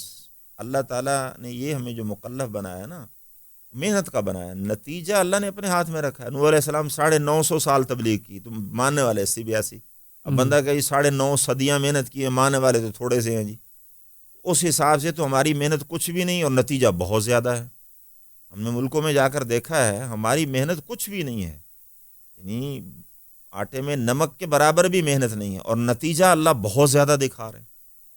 اور ابھی تو یعنی اللہ کے راستے میں نکالا جا رہا ہے اس محنت کو سیکھنے کے لیے, تو یہ اس کے اثرات یہ نظر آ رہے ہیں. تو جب محنت شروع ہو گئی اور سارے مسلمان اس محنت پر آ گئے تو یہ تو چند دنوں کی بات ہے. اچھا, آپ ویسے جتنے آپ کے اسفار ہوئے ہیں 5-6 بھی, آپ یمن سے بھی ہو کے آئے ہیں, ان ممالک میں آپ کو جو دینی تحریک ہیں, دینی جماعتیں ہیں, یا خصوصاً جیسے پاکستان میں ختم نبوت کام کر رہی ہے, سپاہ صحابہ کام کر رہی ہے, جمعیت علماء اسلام کام کر رہی ہے, ایک تبلیغی جماعت بھی ایک دینی جماعت ہے, ان ممالک میں آپ کو کیا رول نظر آتا ہے مختلف دینی جماعتوں کا؟ یہ ہوگا ان کا اپنا مخصوص ایک حلقہ ہے جہاں جاتے ہوں گے. ہم نے تو چونکہ ہمارا تو کام ہر جگہ ہے, دیہاتوں میں بھی جا رہے ہیں, جنگلوں میں بھی جا رہے ہیں, صحراؤں میں بھی جا رہے ہیں, جزیروں میں بھی جا رہے ہیں. تو یہ ظاہر ہے یہ جو تنظیمیں تحریکیں ہیں یہ اپنے مخصوص اسی حلقے میں جاتے ہیں, انہی لوگوں سے ملتے ہیں, انہی سے بات کی یا جو بھی پروگرام کیا وہ آگے واپس. لیکن تبلیغ کی محنت تو در در گھر گھر بستی بستی کریا یہ ہر جگہ, جزیرے میں بھی جہاں سمندر کے اندر خشکی کے ٹکڑوں میں جہاں لوگ آباد ہیں وہاں ہی پہنچ رہے ہیں. یہ پیدل سال کی جماعتیں, 7 ماہ کی جماعتیں, یہ تو ایک لمبا کام ہے, پوری دنیا میں اللہ نے اس کو پھیلا دیا ہے, کوئی گھر نہیں یہ بچا. سال پیدل کی جماعت ہوتی ہے, 2001 میں آپ کا لگا تھا, اس میں پورا سال پیدل ہی چلنا ہوتا ہے. پورا آپ نے سال ہم الحمدللہ ہماری جماعت پیدل چلی 8 مہینے اس ملک میں, 8 مہینے گھانا کے اندر پیدل چلے ہم, اور بستی سے بستی 8 کلومیٹر, 10 کلومیٹر, 15 کلومیٹر, 20 کلومیٹر تک بھی ہم نے پیدل سفر کیا. اور راستے میں کوئی اگر 4 گھر آ جاتے تھے تو وہاں ہم رک جاتے تھے, ان میں محنت ہوتی تھی. کہیں جنگل کے اندر 4 گھر ہوتے تو جنگل میں وہاں ہم پہنچ جاتے. وہاں تو کیسے پتہ چلتا تھا یہ کافر ہے یا مسلمان ہے؟ وہ پتہ چل جاتا ہے, یعنی ایک تو شکلیں تو سب ایک جیسی ہیں, زندگی تو ایک جیسی نظر آتی ہے, لیکن یہ سب سے بڑا فرق السلام علیکم سے پتہ چل جاتا ہے. آپ سلام کریں وہ جواب دے تو مسلمان وہ ہے. ہمیں دیکھتے السلام علیکم کہتے تھے, اور باقی جو عیسائی ہوتے تھے وہ مارننگ کہتے تھے. لیکن وہ دین کی محنت نہ ہونے کی وجہ سے بیچارے وہ بھی اسی کلچر کے اندر پھنسے ہوئے ہیں. تو نمازیں ان کو آتی ہیں, بس وہ کلمہ نماز پوری سوری ایسے ہی, یعنی یہ اللہ کا شکر ہے کہ وہ اپنے آپ کو مسلمان کہتے ہیں. کلمہ بھی بعض لوگوں کو بیچاروں کو صحیح نہیں آتا, نماز بھی صحیح نہیں آتی, اور ایسے ہی بس رہ رہے ہیں. بعض اوقات ایک گاؤں میں ہم گئے تو وہ یعنی چونکہ عیسائیوں کا ماحول غالب ہے تو مسلمان بھی اسی ماحول کے اندر بیچارے پھنسے ہوئے ہیں. ایک بستی میں ہم گئے تو انہوں نے 3-4 گھر تھے, تو ایک ہی مسلمان تھا پوری اس بستی میں, تو اس کا نام تھا ابو بکر. اب وہ ایک عورت آ کے پانی وغیرہ بھر جاتی ہے. ہم نے کہا یہ کون ہے؟ کہتے یہ میری اس سے شادی ہونی ہے. تو یہ بچے, کہتے بچے میرے ہیں, ابھی شادی ہونی ہے, بچے ہیں, اور نام, اور وہ تھی عیسائی, اس کا نام ابو بکر اور اس کا نام وکٹوریا. اور شادی ہوئی نہیں ہے، بچے ہیں، شادی ہوئی نہیں ہے، بچے ہیں. جیسے یہ پورے افریقہ میں اسی طرح چلتا ہے، کلچر اسی طرح ان کا. تو ہم نے ان کو سمجھایا کہ بھی یہ عیسائی ہے، آپ مسلمان ہیں تو یہ اس کو مسلمان کرو. تو کہتے ٹھیک ہے. ہم نے پھر اس کو دعوت دی، پڑھی لکھی لڑکی تھی، تو اس سے جب بات کی ایمان یقین کی آخرت کی، تو وہ کلمہ پڑھ کے مسلمان ہو گئی. اس کی ایک بیٹی بھی تھی، اس کا نام رشیدہ رکھا، اس کا نام مریم رکھا. پھر ہم نے ان کا نکاح پڑھایا باقاعدہ طور پر. تو یہ اس طرح سے الحمدللہ پوری دنیا یہ میں جو اتنا لمبا سفر پیدل کرنا ہوتا ہے، یا پیدل جماعت نہیں بھی ہے، تو کوئی قانونی طور پہ مسائل، ایشوز وہاں کی ایجنسیز کی طرف سے، اداروں کی جانب سے؟ وہ چونکہ ہمارے پاس پراپر ویزا ہے اور پاسپورٹ ہے، اللیگل تو ہمارے بزرگ ہمیں اجازت نہیں دیتے بالکل. نہیں، وہ کہتے نہیں بھی آپ یہاں کہ ان کو کیوں اسلام کی دعوت دے رہے ہو، نہیں وہاں ہم تو غیر مسلم حکومتیں ہیں نا. غیر مسلموں کو ہم ملتے ہی نہیں، ہم ملتے مسلمانوں کو ہیں. ہوں، وہ ہم سے پوچھتے تھے، 2 سوال کرتے تھے نا، یہ یہاں کس لیے آئے ہیں. ہم کہتے we have come to evangelize our Muslim brothers, to visit our Muslim brothers. محنت مسلمانوں میں ہو رہی ہے کیونکہ مسلمان ہی اپنی زندگی بھول گئے.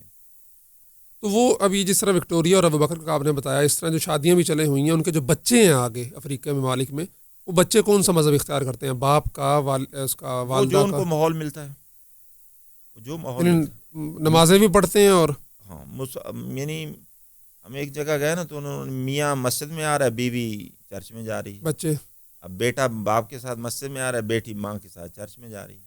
کیونکہ دعوت ختم ہو گئی، اس لیے اب نماز پڑھ رہے ہیں، اپنی اپنی نماز، ایک دوسرے کو کیا کچھ نہیں رہے. یعنی گھانا کے اندر ہی ہمارے ساتھ ایک آدمی وصول ہوا، اس کا نام تھا اپنا بابا موسیٰ، کا بیٹا ابراہیم تھا. دونوں باپ بیٹا 10 دن کے لیے وصول ہوئے. ان کو ہم لے کے اگلی بستی میں گئے، تو 3 دن کے بعد اس نے کہا جی مجھے تھوڑی دیر کے لیے چھٹی دے، میں نے گھر جانا ہے. میں کبھی خیریت ہے، بس میں گیا اور آیا. میں کہا ٹھیک ہے. پچھلی بستی میں اپنے گھر میں گیا، 2-3 گھنٹے کے بعد بڑی خوشی خوشی آ رہا ہے اور گھر سے کوئی چیز بنا کر لایا. تو ہم نے کہا بھی بابا عیسیٰ اس کا نام تھا. تو بابا عیسیٰ بڑے خوش نظر. کیا اس نے کہا کہ میری 2 بیویاں تھیں، ایک مسلمان تھی، ایک عیسائی تھی. میں نے سارے گھر والوں کو اکٹھا کیا اور ان سے کہا کہ میرے گھر میں اگر رہنا تو مسلمان ہونا پڑے گا، عیسائی میرے گھر میں رہ سکتے. کہتے میری دوسری بیوی بھی مسلمان ہو گئی. یہ تو صحابہ کا دور اور یاد آ جاتا ہے کہ جو خود مسلمان ہوا فوراً گیا، اس نے جا کے دعوت دی، دوسروں کو مسلمان اور کرنا شروع کر مسلمان ہو دی. گئے. یعنی وہ بیچارے اتنا وہ نہیں ہے، اپنے مذہب میں بھی ان کو اتنا وہ نہیں ہے. اسی لیے یہ بھی تو کہتے ہیں کہ قادیانی وہاں بہت محنت کر رہے ہیں، کہ وہاں لوگ چونکہ دین کا ان کو پتہ نہیں ہے. کوئی بھی قادیانی جاتا ہے، جو اسلام وہ ان کو بتائے گا تو وہ ہمیں بھی پوچھتے تھے کہ آپ احمدین ہیں. ہم ان کو بتاتے تھے کہ نہیں ہم مسلمان ہیں. اور بلکہ ایک مسجد میں ہمیں پتہ چلا کہ یہاں احمدین، کیونکہ پاکستانی وہاں گئے ہوئے ہیں، ہمیں بھی وہ سمجھتے شاید یہی ہیں، احمدین ہی ہیں. انہوں نے اپنا تعارف کرایا، احمدین مسلم جماعت. تو پھر ہم جا کر ان کو بتاتے تھے کہ نہیں، یہ Ahmadian they are not Muslims, they are hypocrites, if they come to you drive them away. ان کو بھگاؤ، یہ مسلمان نہیں، یہ حضور صلی اللہ علیہ وسلم کی ختم نبوت پر ایمان نہیں رکھتے. سارا الحمدللہ تبلیغ کی محنت کی برکت سے اب بہت ان کو اویئرنیس ہو گئی ہے. مثال کے طور پر 2007 میں سیرالیون میں گئے تھے، ان کے 150 وہاں اسکول ہیں، اسپتال قادیانیوں کا، قادیانیوں کے چیریٹی ہسپتال بنے فری ہوئے ہیں اور اسکول بنائے ہوئے ہیں. تو 2021 میں پھر اس ملک میں جانا ہوا، تو مقامیوں نے بتایا کہ الحمدللہ ان کے ہسپتال میں اور ان کے اسکولوں میں اب وہ ہمارے جو مسلمان تھے وہ نہیں آ رہے. اب یہ تبلیغ کی اویئرنیس پہلے ان تھی. کو پتہ ہی نہیں تھا. وہ کہتے تھے شاید یہ ایک ہی ہے. اور بلکہ وہاں ہم نے دیکھی ان کی جو مساجد میں عبادتگاہیں بنائی ہوئی ہیں وہ خالی ہیں. ایک سڑک ایک طرف ان کا تھا، وہ ناصر مسجد ان کے جو قادیانی کا ہے وہ تھی. دوسری طرف ہماری مسجد تھی. فجر کی نماز میں ان کے 3-4 ہوتے تھے اور ہماری مسجد میں 100-150 نمازی ہوتے تھے. چیریٹی کے شیلٹر میں یہ وہاں کام کر رہے ہیں. وہ پھر لوگ ہمیں کہتے بھی تھے کہ آپ پاکستان سے آئے ہیں، آپ احمدین ہیں اور آپ یہ لوگوں کو چیزیں بھی دیتے ہیں. ہم کہتے نہیں ہم احمدین نہیں، ہم مسلمان ہیں. اور ہم ان کو واضح بتاتے تھے کہ پاکستان نے ان کو پاکستان دے ڈکلیئرڈ ڈسبلیورز، مسلمان نہیں ہیں. علماء کی حالت کس طرح ہے افریقی ممالک میں؟ وہاں کے بس وہ سب کا کیا کہتے ہیں جی، اب الحمدللہ بہتری ہے. یعنی 2007 میں اس ملک میں گئے تو کل 25 حافظ قرآن تھے پورے ملک میں. اور رمضان ہمارا وہاں ہے، وہ بڑے اس میں ڈائس پہ رکھ کے قرآن پاک تراویح دیکھ کر سناتے تھے. اور ابھی 14 سال کے بعد اسی ملک میں گئے تو 250 سے 300 مدارس بن چکے ہیں. ماشاءاللہ. ریونڈ سے پڑھ کر علماء گئے ہیں جتنے وہاں سے پڑھنے آئے تھے. 7 میں جب میں جا رہا تھا اس وقت وہاں سے 8 تقریباً نوجوان ریونڈ میں داخل ہوئے تھے، تو وہ یہاں سے حافظ عالم بن کر گئے. انہوں نے وہاں جا کر ہر شہر میں انہوں نے مدرسہ کھولا اور محنت شروع کی. تبلیغ کا کام بھی خوب کر رہے ہیں اور ساتھ مدارس کا بھی، اور ماشاءاللہ حافظ عالم بن رہے ہیں وہاں. وہ وہاں اچھا کام ہو رہا ہے. باہر کے دیگر ممالک کے پڑھے ہوئے علماء بھی ہیں اس ملک میں ہیں، وہ بھی ہیں. اکثر مدینہ یونیورسٹی سے پڑھے ہوئے ہیں، مصر سے پڑھے ہوئے ہیں، تو وہ بھی یعنی اب الحمدللہ دعوت والے کام کے ساتھ جڑ رہے ہیں. وہ جو ایک تاثر ہوتا ہے کہ وہاں پہ جو علماء ہیں وہ بھی عام لوگ جو ائمہ مساجد ہوتے ہیں یا خطیب ہوتے ہیں کلین شیو اور ہاں پینٹ شرٹوں میں، اور پہلے تھا. مثال کے طور پر ابھی ہم ایک مسجد میں گئے تو وہاں جو ان کا ایک چیف امام ہوتا ہے وہ کلین شیو تھا، اور سیکنڈ امام پوری داڑھی، تھرڈ امام پوری داڑھی. اب ان دونوں کا چلا لگ گیا تھا. اب یہ چیف امام تھا، اس کا تبلیغ میں وقت نہیں لگا، وہ کلین شیو. خیر ہم نے جا کر اس سے بات کی، فکر مند تھے. تو کافی وہ چیف امام وہ ہوتا ہے جس کو عربی بھی آتی ہے، اور مطلب اپنے آپ کو بڑا نہیں سمجھتا کہ میں مطلب علم میرے پاس بہت زیادہ، لہٰذا جو میں جانتا ہوں کوئی نہیں جانتا نا. تو اس کے ساتھ جا کر ہم نے بات چیت کی، دوستی لگائی، بات چلتی رہی. وہ عربی میں ہم اس سے بات کرتے رہے. خیر مختصر یہ کہ وہ سروزے میں وصول ہو گئے چیف امام. اس کو ہم ساتھ لے گئے سروزے میں. 3 دن کے اندر یہ ہوا کہ انہوں نے داڑھی بھی رکھ لی اور سر پہ ٹوپی لے آئے. ماشاءاللہ. اور جب واپس دوبارہ مہینے بعد ملاقات ہوئی، ان کی داڑھی بڑھی ہوئی تھی. تو یہ اس ماحول کی برکت ہے.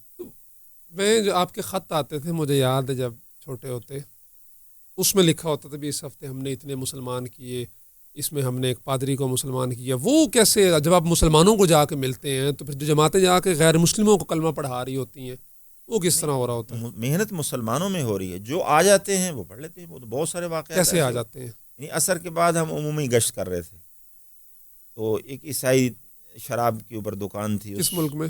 یہ گھانا میں.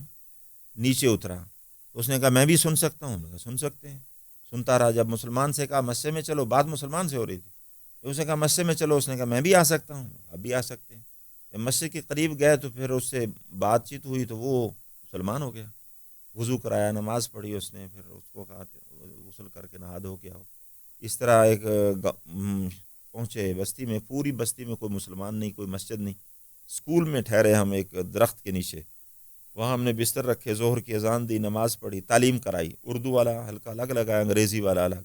تو بچے عورتیں مرد اکٹھے ہو جاتے تھے کہ یہ نئی مخلوق، بال اور داڑھیاں، اور یہ کدھر سے آ گئے ہمیں یہ دیکھنے کے لیے.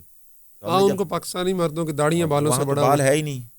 تو وہ ہمیں کہتے تھے white people have come from Pakistan, کہ پاکستان سے ہم وائٹ ہیں ان کے لیے، ہم گورے ہیں. وائٹ تھے، وہ چونکہ کالے سیاہ ہم ہیں. تو خیر وہ جب تعلیم ختم ہوئی، اسی اسکول کا ایک ٹیچر تھا، تو ہمیں محسوس ہوا کہ یہ ہم سے کچھ پوچھنا چاہتا ہے. تو ہم نے اس کو اشارہ کیا، وہ بیٹھ گیا. تو 2 سوال وہ کرتے تھے ہمیشہ. ہم خود ہی کہتے تھے یہ سوال کریں تاکہ ہم پھر جواب دیں. Where are you from, what brought you ہے، کہاں سے آئے ہو اور کیوں آئے ہو. جب پوچھتے کیوں آئے ہو تو پھر ہم پورا بتاتے تھے کہ اللہ تعالیٰ نے 2 زندگیاں بنائی ہیں، ایک موت سے پہلے کی، موت کے بعد کی. پھر اللہ تعالیٰ نے نبیوں کو بھیجا. پھر نبیوں کے نام گنواتے تھے کیونکہ ان کی کتابوں میں بھی ہے. آدم علیہ السلام کو آدم کہتے ہیں، آدم علیہ السلام، نوح علیہ السلام، ابراہیم، اسماعیل علیہ السلام، Musa, Jesus and Muhammad is the last and seal of all the prophet. اور اب حضور صلی اللہ علیہ وسلم کے بعد کوئی نیا نبی نہیں آئے گا. اس لیے اب وہ میسج، پیغام جو نبیوں سے نبیوں وہ لے کر ہم اب پوری دنیا میں پھر رہے ہیں. اب کوئی نبی نہیں آنا. تو یہ 10-15 منٹ بات کر کے اس سے پوچھا واٹ اباؤٹ یو. اس نے کہا مجھے کلمہ پڑھا دو. بس نرم دل ہو گئے. کلمہ پڑھا، مسلمان ہو گیا. پھر ہم نے پوچھا کہ کون سا نام اپنے لیے پسند کرو گے. اس نے کہا میرا نام اسماعیل رکھ دو. پڑھا لکھا تھا، اس کو ہم نے اس کا نام اسماعیل رکھ دیا. پھر اس سے پوچھا بھی آپ نے مسلمان ہوئے ہو، کوئی سوال و جواب نہیں کیا، کوئی اسلام کے بارے میں پوچھا نہیں کہ فوراً کلمہ پڑھ کے مسلمان ہو گئے، اس کی کیا وجہ ہے. اس نے کہا جب میں پرائمری اسکول میں پڑھتا تھا، پرائمری کلاس میں، اس وقت میرا کلاس فیلو ایک مسلمان تھا. وہ مجھے اسلام کی باتیں بتایا کرتا تھا. وہ کتنی باتیں بتاتا ہوگا، یہ کہتا ہوگا ہم نماز پڑھتے ہیں، ہم روزہ رکھتے ہیں، ہم مسلمان ہیں. تو اس وقت سے میرے دل میں تھا کہ میں بھی کبھی مسلمان ہو جاؤں گا. یعنی 20-25 سال پہلے جب وہ پرائمری میں تھا. اب وہ تو ٹیچر تھا اسکول میں. تو کہنے لگا جب آپ کی جماعت آج میں نے آتے دیکھی، آپ لوگوں کو میں نے ادھر آتے دیکھا اپنے گراؤنڈ میں، تو میں نے کہا یہ مسلمان ہے. تو میں نے کہا آج میں مسلمان ہو جاؤں. تو گویا کہ وہ اتنے سالوں سے ہمارے انتظار میں تھا. تو یہ وہاں پھر ہمیں احساس ہوا کہ زمانہ سن رہا تھا بڑے شوق سے، ہم ہی سو گئے داستان کہتے کہتے، یہ وہاں احساس ہوا. پھر وہ ایسا مسلمان بنا، پھر اس نے 4 دن ہمارے ساتھ لگائے، کہا جاؤ کلمہ پڑھایا، مسلمان کیا، اس کو یاد کرایا، پھر بھیجا گھر میں غسل وغیرہ کر کے، عصر مغرب عشاء پڑھی. رمضان کا مہینہ تھا، ہم نے کہا بھی رمضان ہے اب اس کو روزہ نہ رکھوائیں، گرمی ہے گھبرا نہ جائے. تو اسے کہا کہ بھی برادر اس میں you go and come tomorrow morning فجر پریئر. تو اس کو محسوس ہوا یہ کیا کرنے لگے. ہم نے کہا تراویح پڑھنے لگے، ہم نے روزہ رکھنا. اس نے کہا no I am Muslim, I know very well I will keep fast, میں روزہ رکھوں گا. ہم نے کہا بھی وہ سحری ہفتہ، اس نے کہا مجھے سارا پتہ ہے، پڑھا لکھا تھا وہ. تو اس نے روزہ رکھا، اور شام کو جب میں نے پوچھا کہ آج کیا محسوس کیا، اس نے کہا مجھے بڑا مزہ آیا. اس نے 4 دن لگائے، بہت سارا، یعنی طلب بہت ہے والوں 4 دن میں بہت نماز سیکھی اس نے، اور بہت ساری چیزیں سیکھیں، ایمانیات کی. اس نے کہا انشاءاللہ میں جا کے اپنے والد صاحب کو بھی، اپنی بھی بچوں کو، سب کو مسلمان کروں گا. تو ہم پھر اگلی بستی میں چلے گئے. تو تقریباً مہینے کے بعد ہم پیدل جا رہے تھے، تو وہ گاڑی گزری قریب سے، آگے رکی، ادھر سے اندر سے وہی اسماعیل اتر کر بھاگا آیا، اور آ کر کہنے لگا کہ میری بیوی میرے ساتھ ہے، اس سے بھی دین کی بات کرو. تو ابھی تک وہ مسلمان نہیں ہوئی تھی. الحمدللہ ایسے بہت سارے واقعات ہوئے کہ ایک دن میں پورا گھرانہ بھی اسلام میں داخل ہوا. وہ تو ہمارے بزرگ کہتے ہیں بھی ان کارگزاریوں کو مت بتاؤ سناؤ، اپنا کام کرو، بس محنت کرو. کوئی مشکل پیش آئی ہو، کوئی ہاں حالات تو آتے ہیں، حالات تو وہاں آئے. یہ 2001 کی بات ہے نا. اس وقت ہم صبح اپنا سفر شروع کیا، جا رہے تھے آرام سے پیدل سڑک کے اوپر. اچانک ایک بڑی گاڑی آ گئی، اس میں سے پولیس والے اترے، انہوں نے چاروں طرف سے ہمیں گھیر لیا. تو ہم نے کہا بھی یہ کیا ہوا. You don't know what is happening in America. وہ جو 9/11 کا واقعہ ہوا تھا، وہ ٹاور والا، وہ رات کو، یہ ہمیں کیا پتا، ہم تو جنگلوں میں صحراؤں میں سفر کرتے ہوئے، نہ اخبار، نہ کوئی خبر، نہ کوئی. امریکہ میں ہوا 9/11 اور آپ کو ادھر گھانا میں. انہوں نے کہا بھی یہ بھی اسامہ کے ساتھی ہیں، پتہ نہیں اسی شکل کے ہیں، تو یہ بھی وہی شاید وہاں سے آئے ہیں لوگ. تو خیر ہم نے کہا بھی ہم تو کیا مسئلہ ہے، ہمیں پتہ ہی نہیں تھا. وہ خیر ہم لے گئے، تھانے میں لے گئے. تو جا کر وہ وہاں تعارف ہوا، تو بتایا. ہم نے کہا یہ ہمارے پاسپورٹ ہیں، پاکستان سے ہم آئے ہیں، ایسے ایسے مل رہے ہیں مسلمانوں سے. تو کہاں جانا ہے، ہم نے بتایا فلاں بستی. انہوں نے کہا وہاں کے مسلمانوں کو بلائیں گے، وہ آپ کو لے کے جائیں گے. ان کو بلایا، اور ہمیں ان کے حوالے کیا کہ بھی ان کی سیکورٹی 7 آدمیوں کی آپ کے ذمے. تو بجائے اس کے کہ ہم مسلمانوں کو ڈھونڈتے، وہ سارے مسلمان وہاں سے ہمیں گاڑیوں پہ بٹھا کر لے گئے، اور اللہ نے آسانی کر دی. تو ایسا ہوا، بعض اوقات کرتے تھے. لیکن اور بھی واقعات سنے کہ جماعت پوری گم ہو گئی، کئی عرصہ اس کا پتہ نہیں چلا کدھر ہے، کیسے ہے. وہ ایریٹیریا میں ایسا کوئی واقعہ ہوا تھا، تو اللہ عالم کا کیا بنا. تو اس جماعت میں جاتے ہیں، باہر کہیں کوئی فوتگی ہو جائے، جماعت میں کوئی ساتھی فوت ہو جائے، اس کو کیا کرتے ہیں؟ پھر واپس لے کے آتے ہیں اس کی ڈیڈ باڈی؟ نہیں، اس سے بڑی سعادت کیا ہے. مولانا یوسف رحمۃ اللہ فرماتے تھے کہ بھی تبلیغ کا کام ابھی شروع نہیں ہوا، اگر کہو تو بتا دوں کب شروع ہوگا. فرمایا تمہاری قبریں اللہ کے راستے میں بنے گی. تو اب الحمدللہ قبریں اللہ کے راستے میں بن گئی. ہم سیرا لیون میں ہی تھے، ہمارے ساتھ ایک ساتھی دوسری جماعت تھی دوسرے ملک کی، تو وہ ہمارے ساتھ جوڑ میں بھی تھے، شریک تھے. 8 دن کے بعد وہ فوت ہو گئے. تو وہاں لائبیریا میں، تو وہاں دفن ہوئے.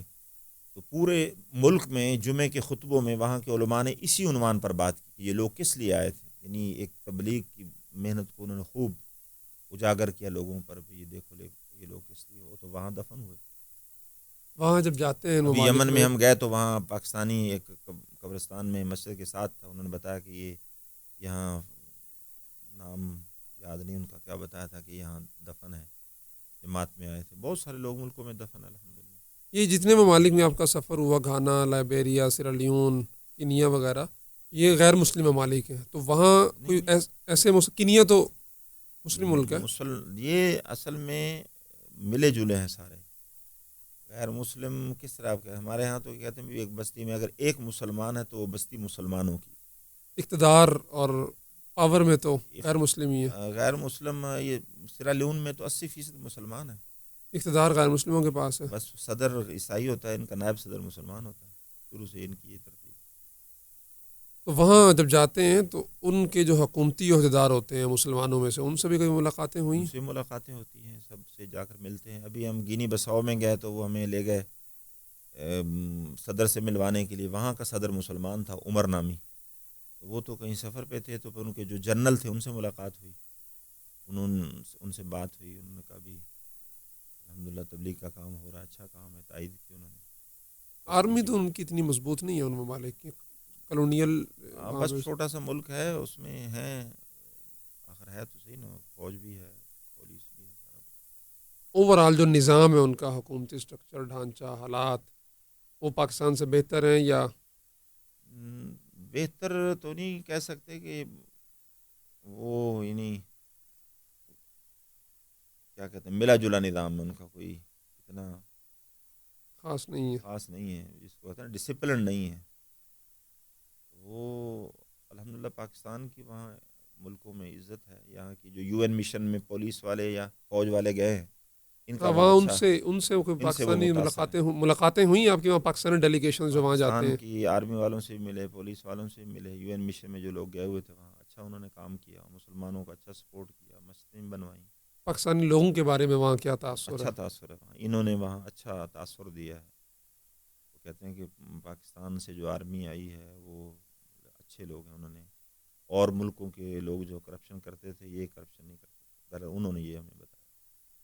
کیونکہ اگر ہمارے ملکوں میں پاکستان کی عزت ہے دو وجہ سے، ایک تبلیغی جماعت کی وجہ سے، ایک جو پاکستان آرمی یہاں آئی ہے UN مشن کے تحت، اس وجہ سے عزت ہے. یہ وہاں کام کیا کرتی ہے پاکستان آرمی؟ وہ UN مشن میں جو جاتے ہیں وہاں ان کو وہاں اپنا اور ممالک کی افواج بھی ہوتی ہیں جو ملک میں امن و امان، چونکہ خانہ جنگی رہی ان ملکوں میں، لڑائی جھگڑے رہے، اس میں امن و امان کے قیام کے لیے یہ گئے. ابھی لاسٹ سفر آپ کا یمن کا ہوا ہے، تو یمن کے لوگوں کے بارے میں کچھ بتائیں، وہ کس طرح کے لوگ ہیں اور ان کے دینی، کیونکہ ہم نے تو یمن کے بارے میں لوگ ہی جانتے ہیں، حوثی جو ابھی ایک طبقہ ہے جو وہاں پہ اقتدار میں ہے، یا یہ کہ وہ نہیں صحابہ تھے یمن سے بہت بڑے بڑے جلیل القدر صحابہ گزرے ہیں. یمن میں اصل میں یمن یہ اصل عرب ہے. جتنے بھی یعنی یہ عرب ہیں، ان کا جو اصل عرب ہے وہ یمن ہی ہے بنیادی. تو 120 سال تو یہاں برطانیہ کا قبضہ رہا، پھر وہ گئے تو پھر 20 سال روس رہا. یعنی بڑے حالات میں رہے، کیونکہ یہ اصل عرب ہے اور خالص دینی لوگ ہیں. ان کی رگوں میں وہ صحابہ کا خون ہے، اور مطلب جذبہ ہے ایمانی اور روحانی. اور آپ صلی اللہ علیہ وسلم نے ان کی بڑی تعریف کی ہے کہ یہ حکمت اور ایمان یمن والوں کا، حکمت یمن والوں کی. تو اس وقت جو ہے وہ 3 حصوں میں تقسیم ہو چکا ہے. یمن ایک حصہ حوثیوں کے پاس ہے، ایک حصہ عرب امارات کے پاس ہے، ایک حصہ سعودی عرب کے پاس. ہم جس علاقے میں گئے تھے ایک ہی وہ ملک، عرب، اس پہ 3 مختلف 3 حکومتیں. حکومتیں ہیں اس وقت، تینوں اس میں قابض ہیں. اور بذات خود جو یمن کے لوگ ہیں وہ بہت اچھے ہیں ماشاءاللہ. وہی صحابہ والے جذبات، وہی ان کی سوچ، وہی فکر، وہی جذبہ، وہی کہتے ہیں بہت بہادر ہوتے ہیں یمن کے بڑے لوگ. بہادر، پھرتیلے اور بڑے ایکٹیو. اور بچے سے لے کر سب کا جذبہ یہ ہے کہ بس اللہ کے نام پر ہم نے قربان ہونا ہے. حالانکہ وہاں اس وقت ان حالات کی وجہ سے وہ بڑے کرائسس میں، یعنی غیر مسلم رہے، پھر بھی انہوں نے اپنا کلچر نہیں چھوڑا، پردہ نہیں چھوڑا. یعنی پردہ اسی طرح ہے ان کا ماشاءاللہ. کوئی عورت وہاں بغیر برقعے کے نہیں نظر آئے گی. اور وہی ان کی شلوار قمیض، دھوتی، چھوٹی سی دھوتی باندھتے ہیں اوپر. بالکل سادہ لوگ ہیں، ننگے پاؤں زیادہ چلتے ہیں. یعنی بڑا ان کا جذبہ ہے جہاد اندر، ایک شوق ہے ان کو دین کے لیے قربانی دینے کا. تو آپ، عرب ملک ہے یمن، آپ یونیورسٹی کے پڑھے ہوئے ہیں، آپ نے وہاں پہ کیا وہ بس وہ اس کو کہتے ہیں نا، علماء ساتھ تھے کو ترجمانی کے لیے ہم یا؟ تبلیغ میں ہمارے ساتھ 6 میں سے 2، ایک مفتی صاحب تھے، ایک عالم تھے. عرب ممالک میں جو بھی جماعتیں جاتی ہیں ان کے ساتھ کم از کم 2 علماء کو بھیجتے ہیں. تو ہم بھی پھر علماء کی صحبت میں رہ کر کچھ نہ کچھ سیکھ لیتے ہیں. عربی اپنا 6 نمبر عربی میں سنا دیتے ہیں. ہمارے تو عالمی 6 نمبر ہیں، انگریزی میں وہی 6 پوائنٹس ہیں، عربی میں وہی 6 صفات ہیں. تو عربی میں یاد کیے ہوئے عربی تھے؟ میں وہ اپنے یاد کر لیے قرآن حدیث کی جو باتیں ہیں، تو الحمدللہ.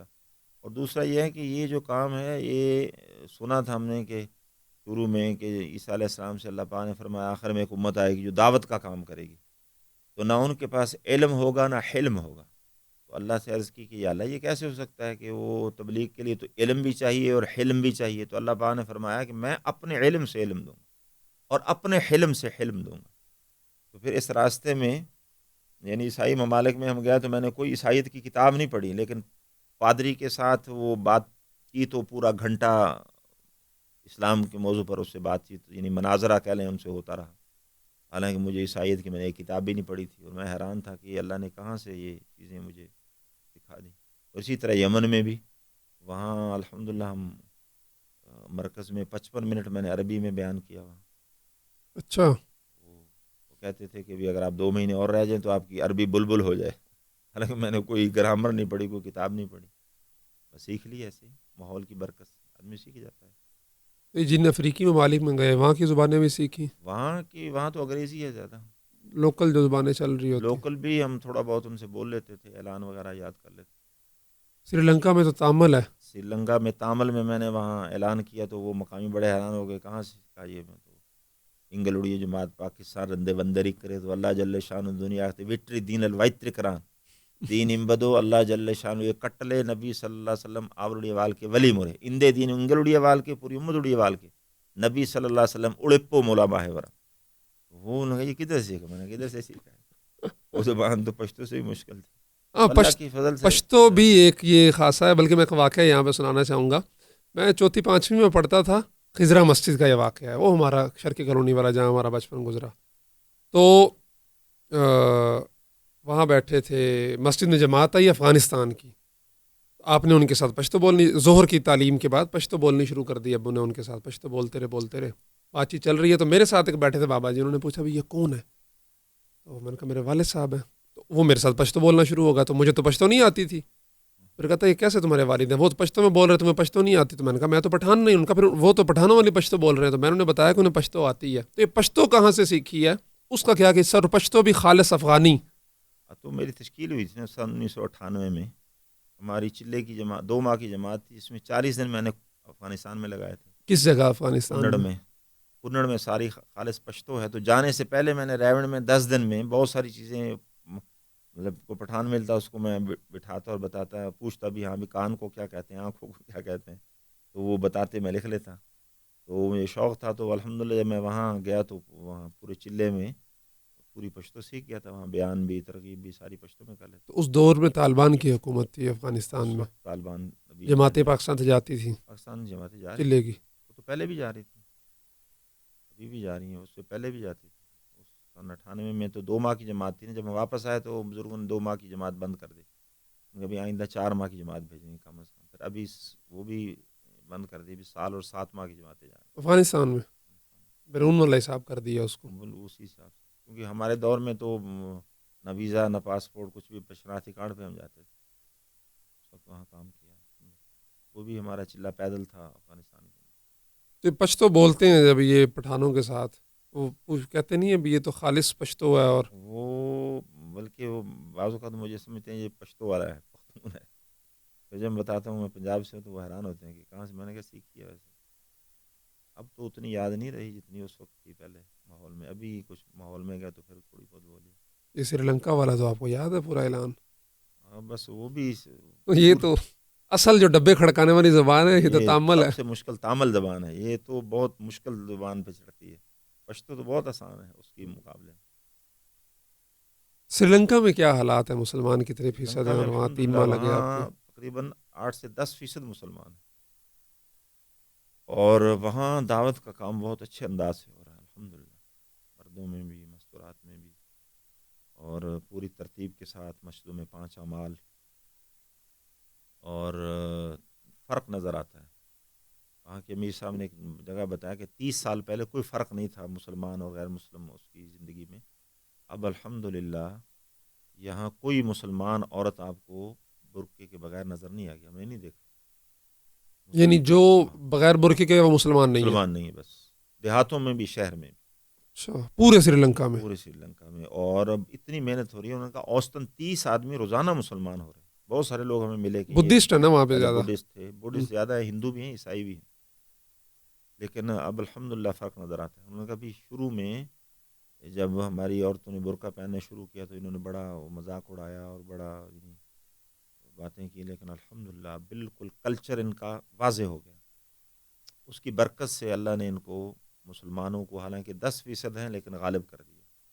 تجارت ساری ان کے پاس آ گئی ہے، سنارے سارے مسلمان ہیں، سبزی فروش، گوشت والے، فروٹ والے، سب مسلمان ہیں. یعنی معیشت پہ مسلمان حاوی ہیں اور وہ گورنمنٹ ملازمین میں زیادہ وہ لوگ ہیں، لیکن مسلمان کاروبار میں. یعنی ویسے 10% ہیں، تجارت میں 70% ہے، 80% ہے.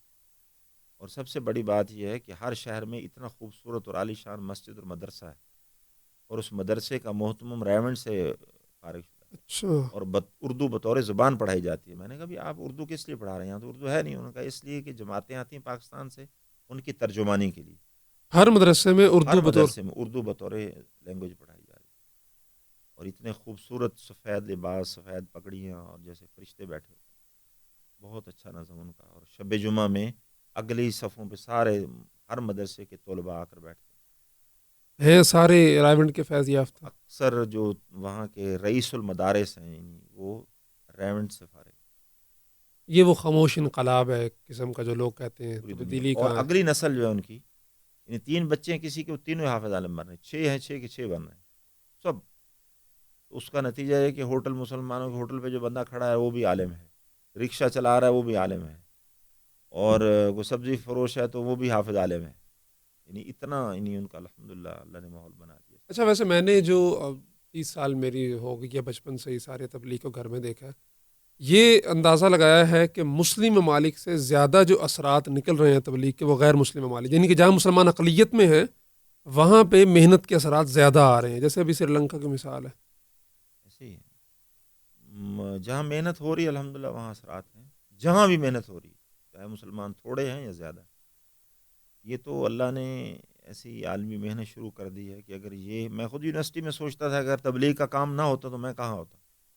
وہاں تو اور تنظیمیں، تحریکیں بھی تھیں. ہمارے ہاسٹل میں ساری رات لڑکے بیٹھتے تھے اور صبح فجر کے وقت جا کے سوتے تھے جی. اور اسی میں وہ لڑائیاں جھگڑے اور سارا کچھ، تو کہیں نہ کہیں تو آدمی چلا جاتا. تو یہ تبلیغ نے اللہ کے فضل سے یونیورسٹیوں میں، کالجز میں، اور یہ سارا ماحول بدل دیا.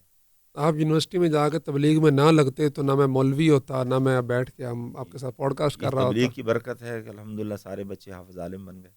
تو یہ بھی ایک اچھا تذکرہ کر دیا آپ نے. لوگ کہتے ہیں کہ تبلیغ والے علماء کے مخالف ہیں اور یہ علماء ان کے ساتھ بنتی نہیں ہے. علماء کے ساتھ ایک بڑا پتہ نہیں کہا یہ جاتا ہے. میں اس بات پہ حیران ہوتا ہوں کہ یہ کیوں ایسا ہے.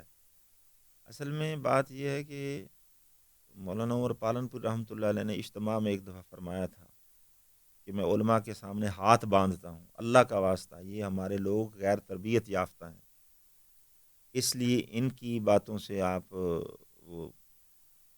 ان کی باتوں کو نہ برا سمجھیں یا کوئی ان کو یعنی غلط مطلب نہ سمجھیں، کیونکہ بیچارے اتنا تربیت پوری ہوتی نہیں ہے. تو علماء سے جب بات کرتے ہیں، علماء تو چونکہ اہل علم ہیں، ان کے پاس اتنا علم کا وہ لیول ہوتا نہیں ہے، تو وہ بات اس انداز سے کر نہیں سکتے. تو وہ سمجھتے ہیں کہ شاید تبلیغ کے خلاف.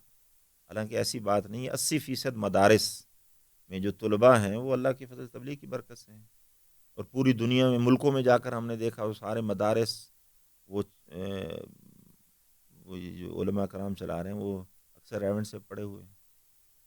وہ تو پیداوار بتاتی ہے نا کہ پیداوار تبلیغ کی برکت سے کس چیز کی زیادہ ہو رہی ہے. مدارس بڑھ گئے ہیں، مدارس میں طلباء کی تعداد بڑھی ہے. اور ریونڈ میں بھی، ریونڈ کا نام جو ہے وہ تو مدرسہ عربیہ ریونڈ ہے. وہ تو اصل علماء کا یعنی کتنی اس کی 70 سے زیادہ اس کی ریونڈ کی شاخیں ہیں. اور پھر اور علماء کرام کی کتنے مدارس بن گئے اور مراکز بن گئے اور شاخیں بن گئیں. تو یہ علماء تو اس محنت سے پیدا ہو رہے ہیں. مجھے تو ہم یاد کیسے ہے کہہ سکتے ہیں اس کہ میں علماء کے خلاف ہیں؟ امدادیہ میں استادوں نے جب پوچھا آپ کیوں آئے مدرسے میں، آپ کیوں آئے، تو کلاس میں 90% سے زائد لوگ وہی تھے جی میرے والد تبلیغ میں ہیں، ماموں تبلیغ میں ہیں، فلاں تبلیغ میں. اس نے کہا جی آپ نے مدرسے میں پڑھنا، عالم بننا ہے. بس یہ مس کنسیپشن کہہ لیں، ایک پتہ نہیں مطلب ہے کہ وہ سمجھتے ہیں کہ بھی یہ تبلیغ علماء کے خلاف. نہیں وہ اس سینس میں بھی ہوتا ہے کہ تبلیغ والے سمجھتے ہیں کہ اگر ایک عالم مدرسے میں پڑھا رہا ہے بخاری شریف یا کچھ بھی، وہ کہتے ہیں کہ جی آپ اللہ کے راستے میں بھی وقت لگائیں جماعت میں. وہ اس لیے ریونڈ کی ترتیب کے خلاف کہتے ہیں نا. ریونڈ والے بزرگ کیا کہتے ہیں کہ غیر عالم عالم کو دعوت نہ دے. صحیح. علماء سے بات کریں. علماء جب علماء سے بات کریں گے تو ان کو محسوس نہیں ہوگی, وہ ان کے ساتھ بات کر سکتے ہیں. تو ریونڈ کی طرف سے ویسے کیا ہدایات ہے کہ آپ مسجد کا جو امام ہوتا ہے یا عالم ہوتے ہیں ان کے ساتھ کیسے وہ کیا پیش آئیں, کیسے کریں؟ وہ تو ان کی تو ہدایات ہوتی ہے کہ ان کا اکرام کریں, ان کا قدر کریں, ان کی عزت کریں, ان کی خدمت کریں ہر لحاظ سے. وہ ریونڈ میں ہم نے ہدایات میں سنا کئی دفعہ کہ آپ نے تو چلا دیا, آپ نے تو 4 مہینے دیے اور انہوں نے پوری زندگی دی ہے اس کام میں. وہ 20 سال سے ہیں نمازیں پڑھا رہے ہیں, اس لیے ان کا احترام کریں, ان کی قدر کریں, اکرام کریں ان کو. باقی ہے کہ جو علماء دعوت والے کام کے ساتھ جڑ جاتے ہیں, ظاہر ہے وہ کئی اللہ کے فضل سے کتنا اللہ ان سے کام لے لیتے ہیں. تو یہ تبلیغ کا کام کی بنیادی مولانا الیاس عالم تھے, مولانا یوسف رحمۃ اللہ علیہ, مولانا الیاس, یہ علماء ہی رکھی ہے. ریونڈ میں بھی اب علماء ہی ہیں سارے. ابھی امیر کون ہے ویسے؟ مولانا احمد بٹلہ صاحب ہیں, مولانا نظر الرحمان عبید صاحب, اللہ خورشید صاحب ہیں, مولانا نظر الرحمان صاحب ہیں. یہ سارے حضرات ہیں, علماء ہیں سب. بہت زیادہ علماء ہیں وہاں. مشورے میں بھی زیادہ علماء بیٹھتے ہیں, وہاں کے اعمال بھی زیادہ علماء کو ملتے ہیں. تو یہ علماء تو اس محنت کی پیداوار ہیں. یہ کیسے ہو سکتا ہے کہ ایک آدمی اگر تبلیغ علماء کے کو اچھا نہ سمجھتی تو یہ علماء کیسے پیدا ہوتے؟ یہ حقیقت ہے کہ اکثر جو تبلیغی حضرات ہوتے ہیں ان کے بچے مدرسوں میں ہی پڑھ رہے ہوتے ہیں. ان کے وہ مطلب میں اپنی بات کرتا ہوں کہ میں نے جب تبلیغ میں لگا تو میں نے کہا اپنے بچوں کو حافظ عالم بنانا ہے. الحمدللہ 6 کے 6 حافظ عالم بنا دی. یہ تبلیغ کی پیداوار نہیں تو اور کیا ہے؟ اگر میں تبلیغ میں لگنے کے بعد مجھے علماء کی وہ نہ ہوتی تو میں اپنے بچوں کو ادھر کیوں بھیجتا؟ وہ عمل بتا رہا ہے نا. عالمی سطح پر دیکھو کہ اب کوئی کہے کہ یہ علماء کو اچھا نہیں سمجھنے کرتے, تو عمل تو دیکھو کیا بتا رہا ہے, نظر کیا آ رہا ہے. اس سے ثابت ہو رہا ہے کہ یہ تبلیغ کی محنت سے تو علماء پیدا ہو رہے ہیں. سر نماز کا ٹائم ہو رہا ہے, میں آخری سوال پوچھتا ہوں کہ اگر آپ جاب کر رہے ہوتے تو ریٹائرمنٹ کی کوئی نہ کوئی عمر ہوتی, حد ہوتی, تو تبلیغ سے کب ریٹائر ہو رہے ہیں آپ, یا جو دیگر تبلیغی حضرات ہوتے ہیں کوئی حد مقرر ہے ریٹائرمنٹ کی؟ وہ ہے وَاعْبُدْ رَبَّكَ حَتَّىٰ يَأْتِيَكَ الْيَقِينُ. یہ ہے موت تک. مجھے ایک دوست نے کہا کہ کتنے سال ہو گئے؟ میں نے کہا 27 سال تو ہو گئے. کہتے ریٹائر نہیں ہوئے تو ابھی تک تجھے ریٹائر نہیں ہوئے؟ میں نے کہا ابھی جب تک آدمی مریض سمجھتا ہے نا تب تک دوائی لیتا رہتا ہے, جب ٹھیک ہو جاتا ہے گھر بیٹھ جاتا ہے. تو ابھی جب تک ہم اپنے آپ کو مریض سمجھتے رہیں گے ہم نکلتے رہیں گے, کیونکہ ہمارے لیے معیار صحابہ اور حضور صلی اللہ علیہ وسلم کی زندگی ہے. وہ ایمان, وہ اعمال, وہ معیار ہے. اللہ کہتے ہیں ویسا ایمان لاؤ. تو وہ ایمان اعمال کا وہ معیار ہے. اس کے لیے تو ہم موت تک لگے رہیں, وہاں تک پہنچ نہیں سکیں گے. اللہ کہے گا تم وہاں تک پہنچے تو نہیں, چلو تم کوشش میں لگے ہوئے تو چلو ان کے ساتھ. اس لیے جب ہم سمجھتے ہیں میں ٹھیک ہو گیا ہوں پھر گھر بیٹھ جائیں گے, تو ہم تو ٹھیک ہوئے نہیں ہیں. ہم تو اپنی اصلاح کے لیے نکلتے ہیں اور آخری دم تک نکلنا ہے.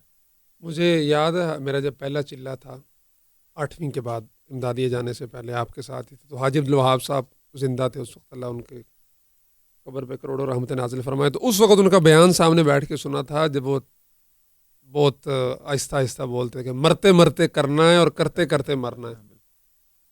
ابھی ہمارے امیر صاحب جو یونیورسٹی کے تھے ماشاءاللہ سروزے میں گئے ہیں, سروزے میں ہی ان کا انتقال ہوا ہے.